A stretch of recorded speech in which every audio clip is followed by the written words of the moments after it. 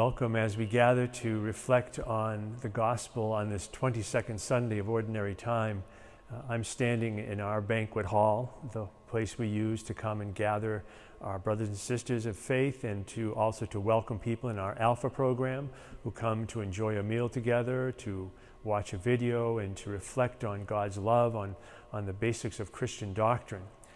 One of the strong messages of today's gospel is humility, and that we are called to be people who welcome others, and as we welcome others, that we are to treat them as our brothers and sisters, and to remember that they are, all of us, made in the image and likeness of God.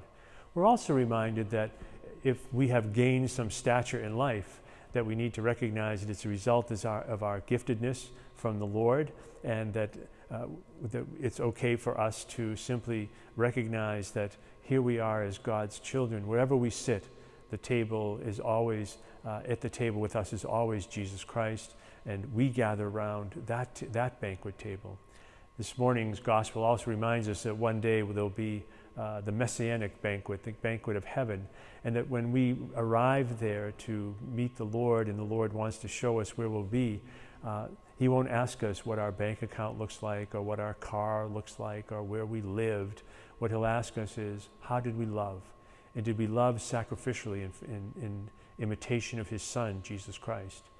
One of my favorite saints is St. Lawrence, who at the time of his martyrdom was required to bring the riches of the church to the Caesar of his time. As a result of that, the night before his martyrdom, he went out and rounded up all of the people of Rome who lived in the streets, the poor, the wounded, the sick, the people with mental disabilities, the aged, and he brought all of them in a procession to the Caesar. It made him furious and caused him to be burned to death.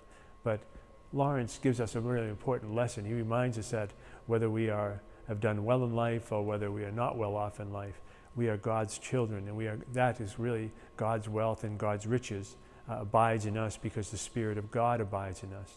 And to have a humble appreciation that is true for everybody, I think, is the key to this morning's gospel.